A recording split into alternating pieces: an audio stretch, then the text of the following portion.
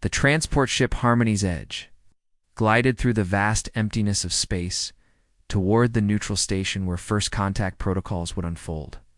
Captain Jackson Reed adjusted his formal diplomatic uniform for the third time, his calloused hands betraying years of combat experience that his current role as peace envoy was meant to hide.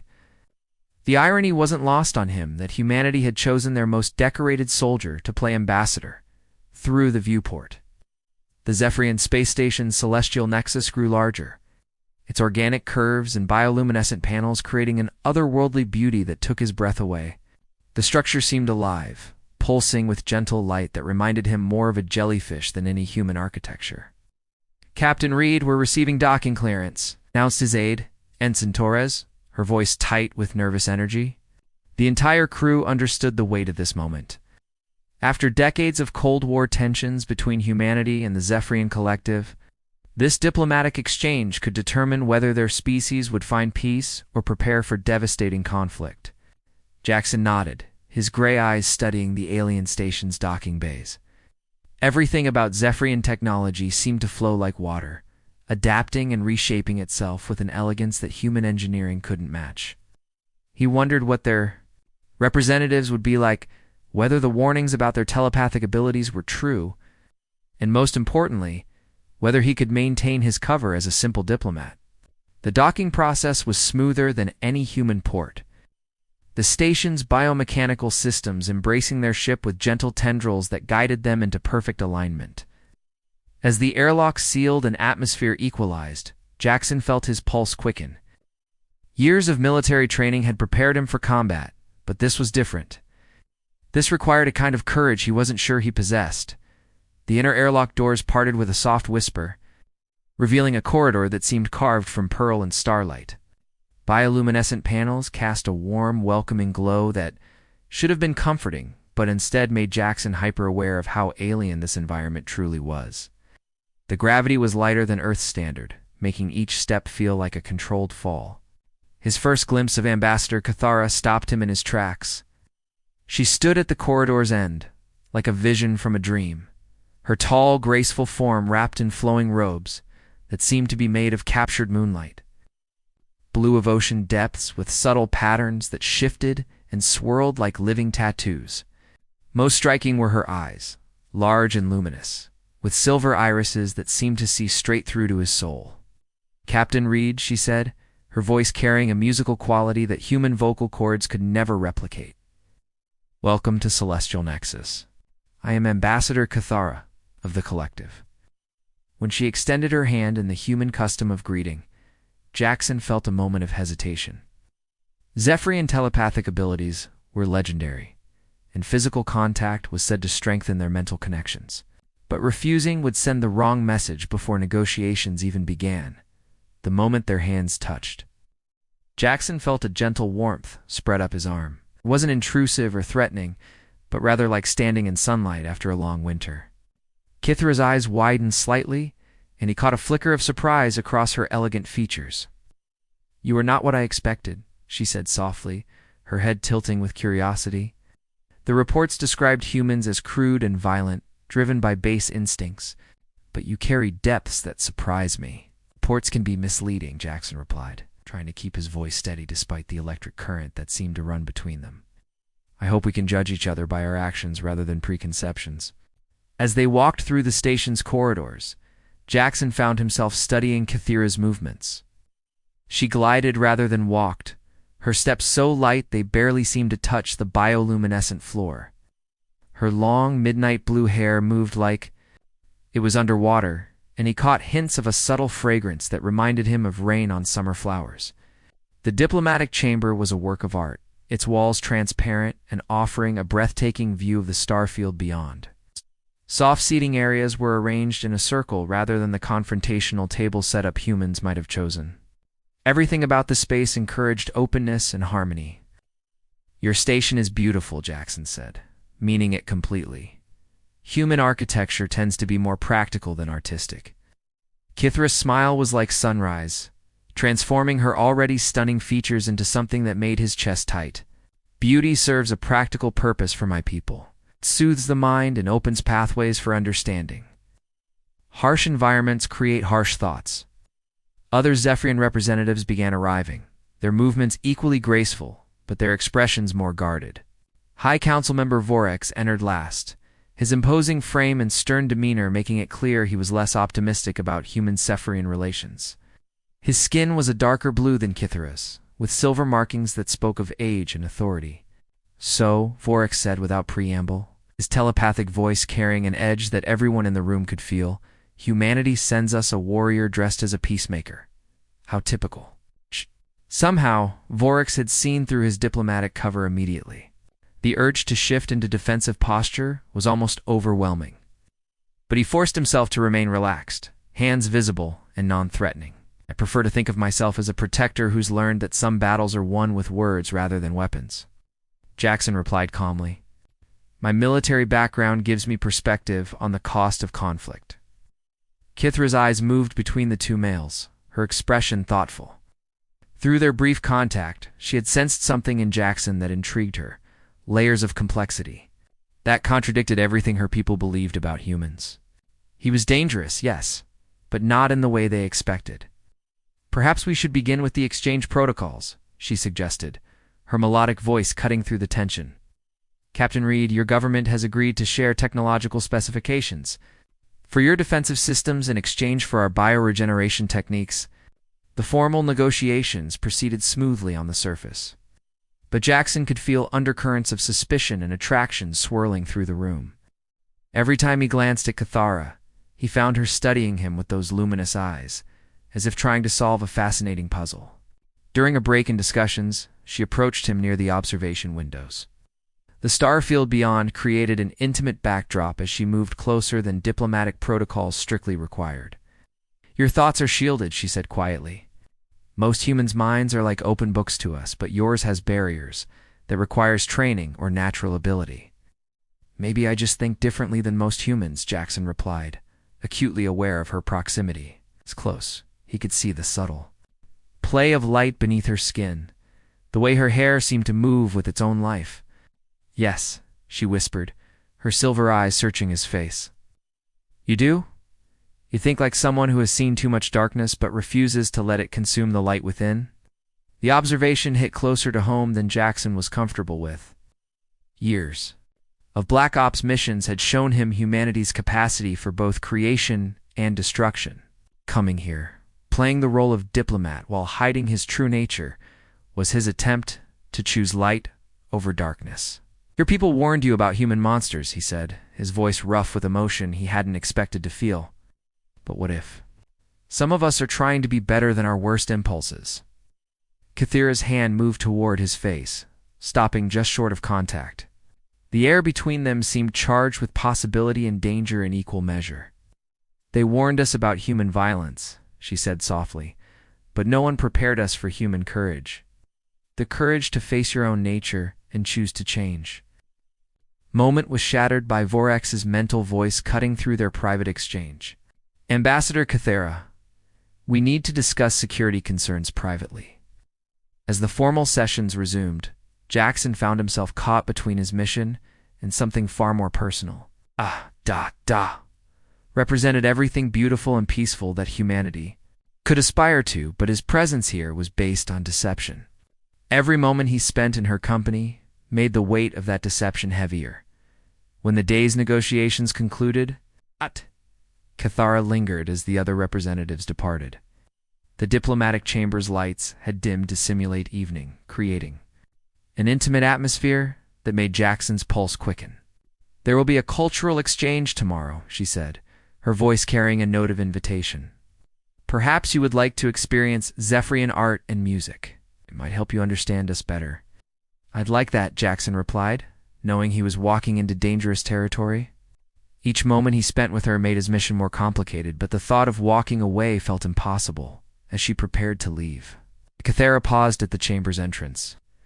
"Captain Reed, whatever brought you here, whatever truths you, carry your hide. I want you to know that your presence has already changed things. Changed me." She left him standing alone among the stars, his reflection ghost-like in the transparent walls. Tomorrow would bring new challenges, deeper deceptions, and the growing certainty that his mission was evolving into something far more personal and dangerous than anyone had anticipated. The diplomatic exchange was just beginning, but Jackson already knew that success or failure would be measured not in treaties signed, but in whether two hearts from different worlds could bridge the vast space between them. The cultural exchange. Hall on Celestial Nexus resembled a living garden more than any human concert venue. Crystalline formations grew from the floor like musical instruments, their surfaces pulsing with soft harmonics that seemed to resonate directly with the soul. Jackson arrived early, his diplomatic attire replaced with more casual clothing that Kithara had suggested would be appropriate for the evening's artistic presentations. He wasn't alone in his anticipation. Lieutenant Sophia Cross had arrived on the morning transport, officially part of the xenobiology research team but carrying her own secrets. Her dark hair was pulled back in a practical style that couldn't quite hide her natural beauty, and her brown eyes held depths that spoke of experiences far beyond her listed credentials. Captain Reed, Sophia approached with professional courtesy, though something in her expression suggested she knew more about his true mission than her security clearance should have allowed. I've been looking forward to observing Zephyrian cultural practices firsthand. Before Jackson could respond, a new presence entered the hall that drew every eye in the room. Prince Nethari of the Valdorian delegation moved with fluid grace that made even the elegant Zephyrian seem earthbound. By comparison, his golden skin seemed to shimmer with inner light, and his features were so perfectly symmetrical they appeared almost crafted by divine hands. The Valdorians were humanity's other potential allies in this complex galactic political landscape. Shapeshifters whose beauty was legendary throughout known space. Nethari's arrival meant the cultural exchange had become a three-way diplomatic dance with stakes higher than anyone had publicly acknowledged. Lieutenant Krauss, Nethari's voice carried warmth that seemed to wrap around Sophia like silk as he approached their small human group. Your reputation as a xenobiologist precedes you. I've read your papers on interspecies adaptation theory. Sophia's cheeks flushed slightly, though whether from the compliment or the prince's overwhelming presence was unclear. Your Highness, I didn't expect Valdorian royalty to be familiar with human scientific literature. Knowledge is the foundation of all meaningful connections, Nethari replied, his amber eyes never leaving her face.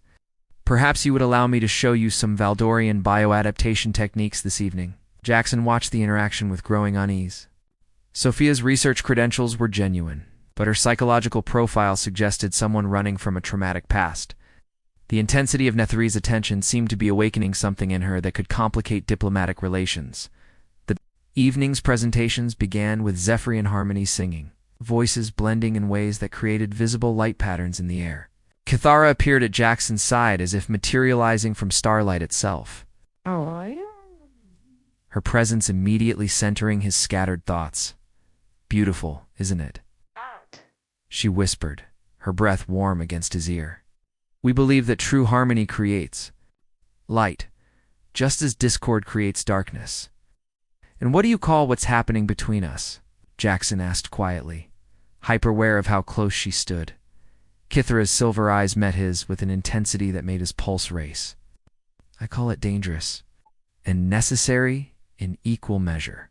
Across the hall, Sophia found herself drawn into conversation with Nethari as Valdorian dancers performed feats that defied human understanding of anatomy.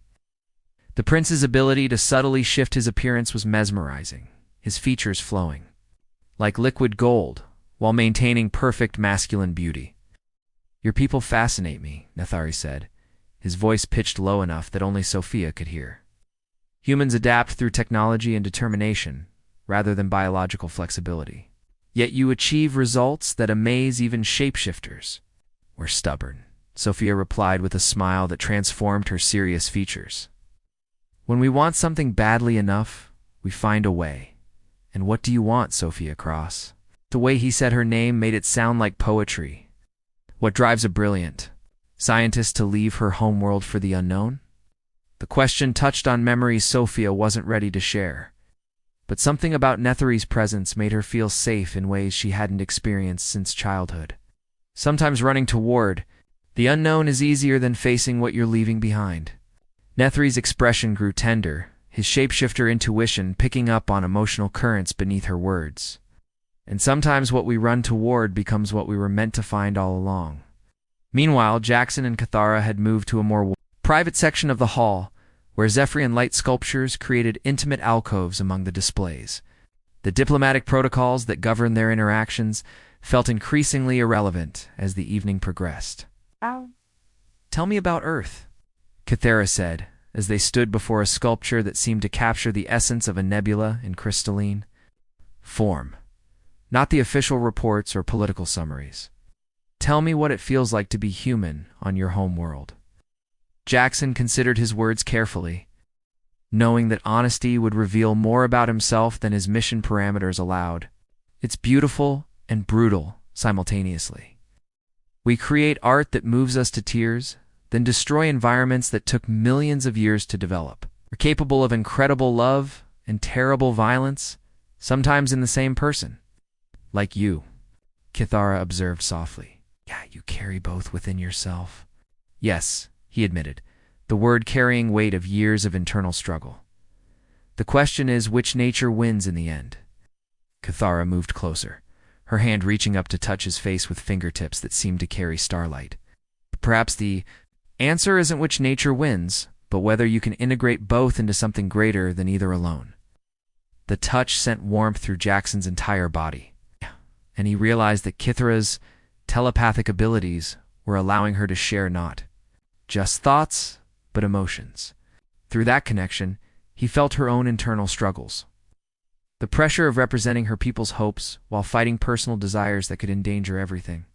"This is forbidden," she whispered, though she didn't pull away. "The Council fears that emotional attachments will compromise our judgment." "Are they right?" Jackson asked, his hand covering hers against his cheek. "Completely," Cathara replied with a smile that made his heart race, "and I find I don't care." The other side of the hall, Sophia and Nathari had found their own private corner where Valdorian memory crystals displayed scenes from his home world. The prince's ability to shift his appearance had stabilized into forms that complemented Sophia's preferences, unconsciously adapting to her aesthetic ideals.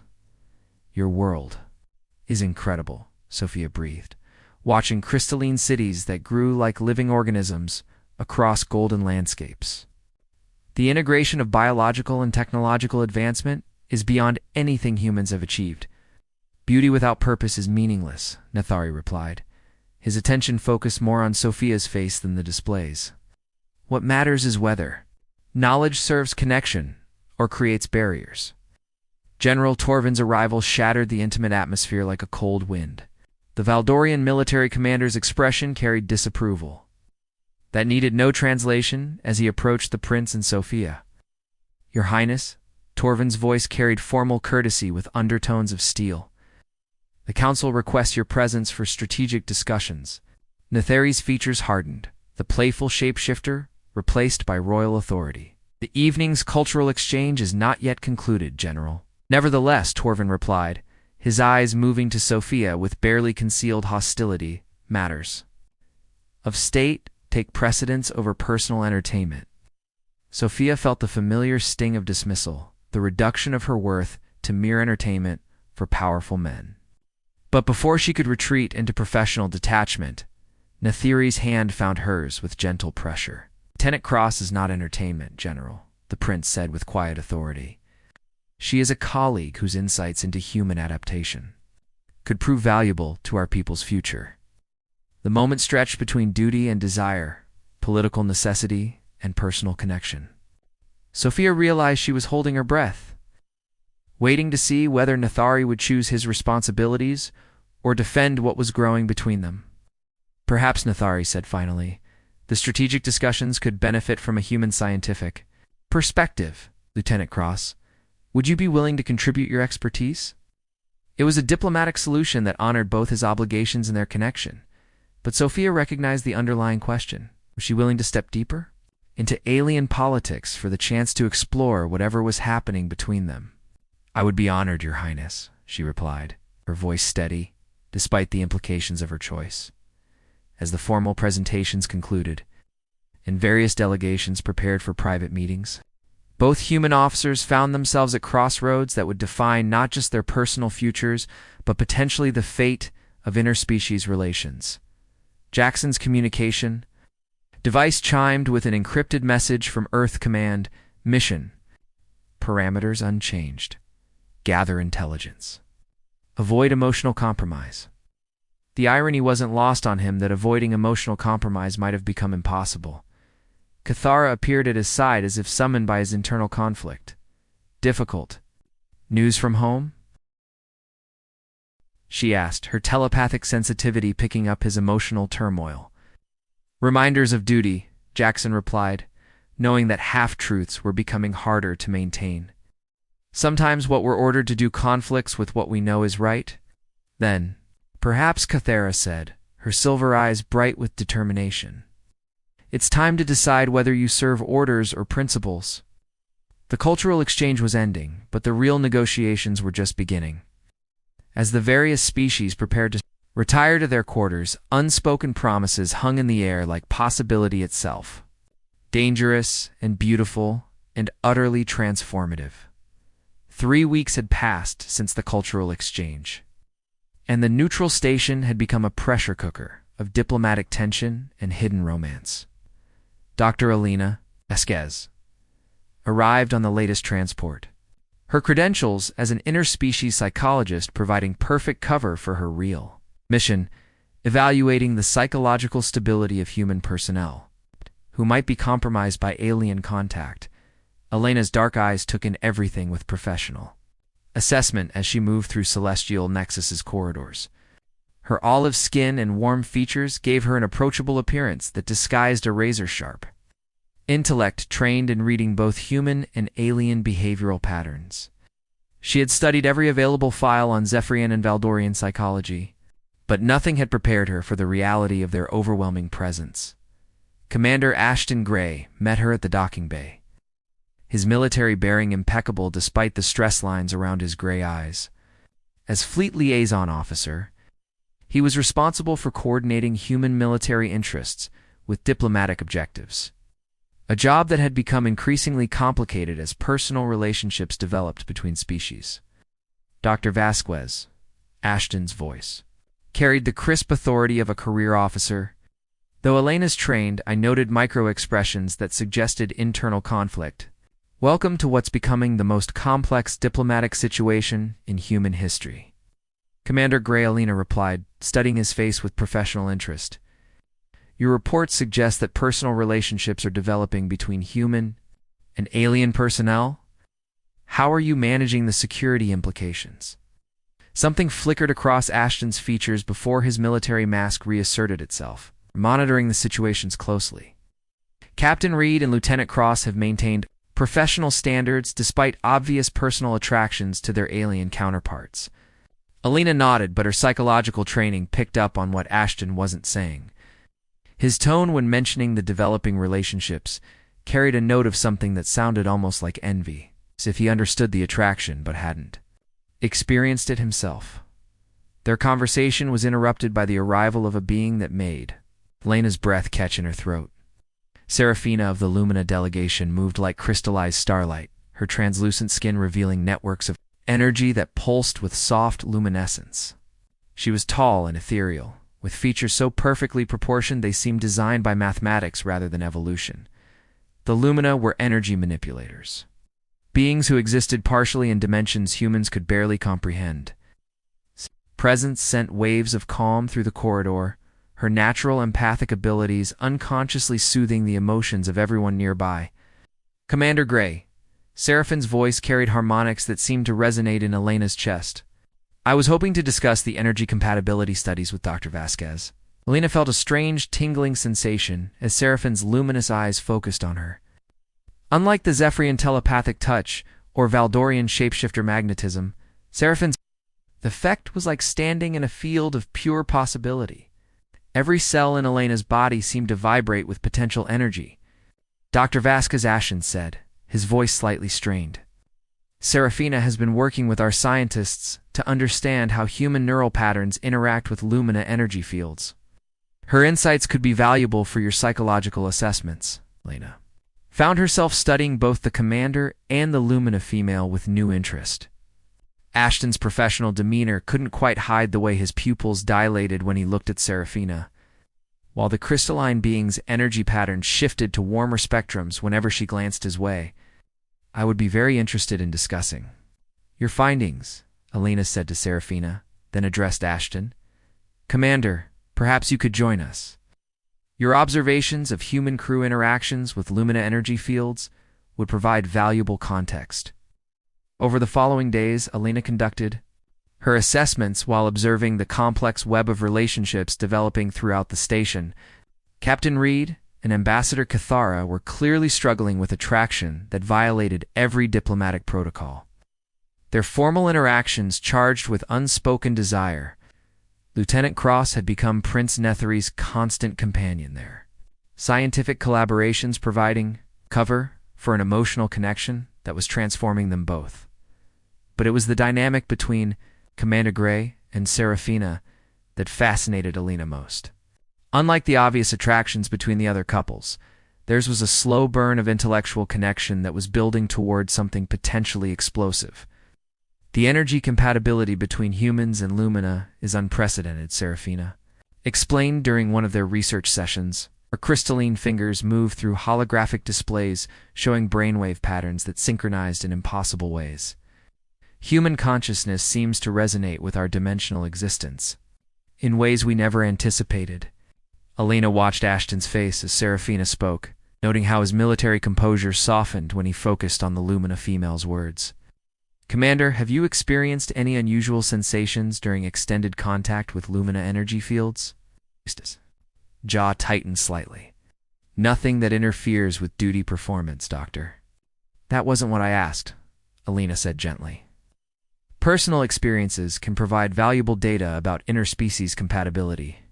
The silence stretched between them until Serafina spoke softly. "He experiences what we call dimensional bleeding. His consciousness partially shifts into our energy realm during close contact. It's unique among your species." Lena's eyebrows rose. Dimensional bleeding was theoretical, a concept that suggested human consciousness might be more flexible than anyone had imagined. If Ashton was experiencing it naturally, the implications were staggering. "How does it feel?" Lena asked Ashton directly. For a moment, his military facade cracked completely. "Like coming home to a place I've never been," he admitted quietly. "Like every star in the galaxy is singing the same song, and finally understanding the words." Seraphine's energy patterns flared brighter, her crystalline features showing something that might have been wonder. "You've never described it that way before." "Because it sounds insane," Ashton replied, his walls going back up. "Fleet officers aren't supposed to have mystical experiences with alien energy beings." Alina recognized the conflict immediately. Ashton was caught between duty and transformation, fighting an attraction that was changing him on a fundamental level. Unlike the others, whose relationships challenged diplomatic protocols, his connection with Serafina was altering his very nature. The crisis came during what should have been a routine energy compatibility test. Alina was monitoring both Ashton and Serafina as they attempted to establish a controlled connection between human consciousness and Lumina energy fields. The readings started normally, then suddenly spiked beyond anything they had recorded. Ashton convulsed as waves of energy coursed through him, his human physiology struggling to process input from dimensions it wasn't designed to perceive. Serafina cried out, her crystalline form blazing with light as she tried to pull back from a connection that had become dangerously intense. "I can't break it," Serafina gasped, her energy patterns chaotic with panic. "The link is too strong." Lena watched in fascination and horror as Ashton's life signs fluctuated wildly. He was dying and transcending simultaneously, his consciousness stretching across dimensional barriers that no human had ever crossed. "Ashton," Seraphine's voice carried harmonics of pure emotion as she fought to stabilize their connection. "Stay with me. Don't let go." Through the energy link, Alina could see what was happening. Ashton wasn't just experiencing dimensional bleeding. He was becoming something new, a bridge between human and Lumina existence. But the transformation was happening too fast for his body to adapt. You have to choose, Alina called out over the energy storm surrounding them. Human or something else, but you can't exist in both states simultaneously. Ashton's eyes opened, blazing with light that wasn't entirely human anymore. When he looked at Serafina, Alina could see love that transcended species, dimension, and physical existence itself. Together, he said, his voice carrying harmonics that shouldn't have been possible for human vocal cords. If this is what I'm becoming, then we face it together. Seraphine's response was pure light, her crystalline form merging partially with Ashton's energy as they found a balance point between their natures. The dangerous fluctuations stabilized into something unprecedented. A human Lumina hybrid consciousness that existed across multiple dimensions simultaneously. When the energy storm finally subsided, Lena found herself looking at two beings who were no longer entirely what they had been before. Ashton retained his human appearance, but now carried an inner light that marked his transformation. Seraphine's crystalline features had taken on subtle human characteristics, her energy patterns, incorporating emotional depths that were uniquely human. The implications, Alina breathed, her scientific mind racing through possibilities. You've proven that humans can evolve beyond our current limitations. That interspecies connection isn't just possible, but transformative. The revelation spread through the station like wildfire. Captain Reed and Kithra's relationship suddenly seemed less like diplomatic compromise and more like evolutionary necessity. Lieutenant Cross and Prince Nethari began exploring deeper levels of compatibility that could benefit both their species. But it was Lena's own unexpected connection that surprised her most. Dr. Chen of the Zephyrian medical team had been studying the transformation data with her, their professional collaboration deepening into something more personal as they worked together to understand the implications of human-alien evolution. We're witnessing the birth of something new, Dr. Chen said, as they stood together watching the star field beyond the station's observation deck. His telepathic abilities allowed him to share Elena's wonder directly, creating a connection that was both intellectual and emotional. The question is whether our governments will see it as opportunity or threat, Elena replied, acutely aware of how close he stood, how his alien warmth felt comforting rather than strange. The final diplomatic sessions took place against a backdrop of transformed relationships and expanded possibilities. Captain Reed formally requested reassignment to permanent diplomatic service. Choosing his connection with Kithara over his military career, Lieutenant Cross accepted Prince Nethari's invitation to continue their research on Valdorian worlds, their scientific partnership having evolved into something much deeper. Commander Gray and Serafina had become living proof that evolution could happen in a single lifetime, their hybrid consciousness opening pathways between species that had never existed before. Their love story wasn't just personal. It was a roadmap for humanity's future among the stars, as the various delegations prepared to return to their home worlds with treaties that would reshape galactic politics. Alina completed her final assessment. Her report would recommend full approval for interspecies relationship protocols, with the understanding that such connections didn't compromise human interests, but expanded human potential. Standing on the observation deck with Dr. Chen as ships departed for distant worlds, Alina watched her colleagues begin new lives that would span star systems and species. They had come as representatives of humanity's interests, and were leaving as pioneers of humanity's future. They warned us about alien monsters, Alina said softly, her hand finding Chun's with natural ease. But no one prepared us for alien love, for the possibility that connection could transform us into something greater than we ever imagined. Chen's response was telepathic, a warm pulse of agreement and affection that needed no words.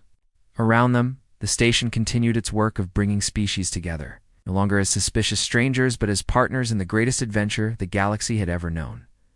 The diplomatic exchange had ended, but the real journey was just beginning. Across the stars, love was proving to be the most powerful force in the universe.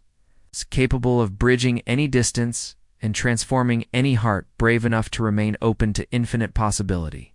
In the end, they hadn't just established diplomatic relations between species. They had discovered that the future of consciousness itself lay not in remaining isolated within the boundaries of their origins, but in reaching across the vast darkness of space to touch other minds, other hearts, and other dreams of what life could become when love conquered fear. The stars themselves seemed brighter as the station settled into its new role as a beacon of interspecies cooperation. Proof that some boundaries existed only to be transcended by those brave enough to believe in love that knew no limits. The end.